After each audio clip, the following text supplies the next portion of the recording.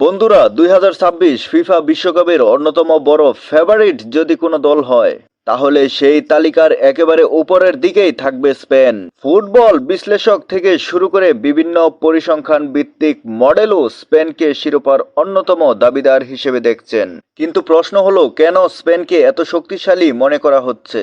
প্রথম কারণ তাদের অসাধারণ তরুণ ও অভিজ্ঞ খেলোয়াড়দের সমন্বয়। একদিকে আছে তরুণ তারকা লামিনিয়াম, অন্যদিকে মিডফিল্ডের মস্তিষ্ক রদ্রিস, সঙ্গে পেদারি, নিকো উইলিয়ামস এবং আরও অনেক বিশ্বমানের ফুটবলার। এই স্কোয়াডে প্রতিটি পজিশনে রয়েছে মানসম্মত বিকল্প। দ্বিতীয় কারণ, স্পেনের মিডফিল্ড।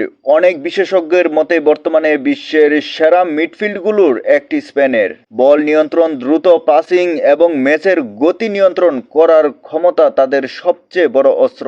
তৃতীয় কারণ, কোচ লুইস দে লা ফ্লান্তি এর কৌশল। তার অধীনে স্পেন শুধু সুন্দর ফুটবলই খেলছে না, বরং ফলও পাচ্ছে।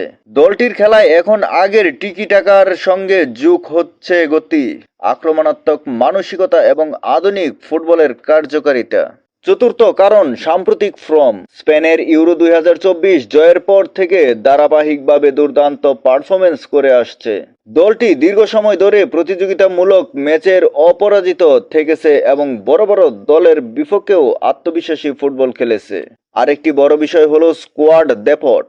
একটি দীর্ঘ বিশ্বকাপে ইনজুরি বা ক্লান্তি বড় সমস্যা হতে পারে, কিন্তু স্পেনের বেঞ্চেও এমন খেলোয়াড় আছে যারা যে কোনো ম্যাচের মোড় ঘুরিয়ে দিতে পারে। এটাই তাদের অন্য দলগুলোর তুলনায় বাড়তি সুবিধা দিচ্ছে। তবে সবকিছুর পরও ফুটবল অনিশ্চয়তার খেলা। ফেভারিট হলেই যে বিশ্বকাপ জেতা যাবে তার কোনো নিশ্চয়তা নেই, কারণ ব্রাজিল, আর্জেন্টিনা, ফ্রান্স ও ইংল্যান্ডের মতো শক্তিশালী দলও রয়েছে প্রতিযোগিতায়। কিন্তু বর্তমান ফর্ম, স্কোয়াডের ভারসাম্য এবং কৌশলগত শক্তি বিবেচনা করলে স্পেনকে ২০২৬ বিশ্বকাপের অন্যতম সেরা দল বলতেই হয়।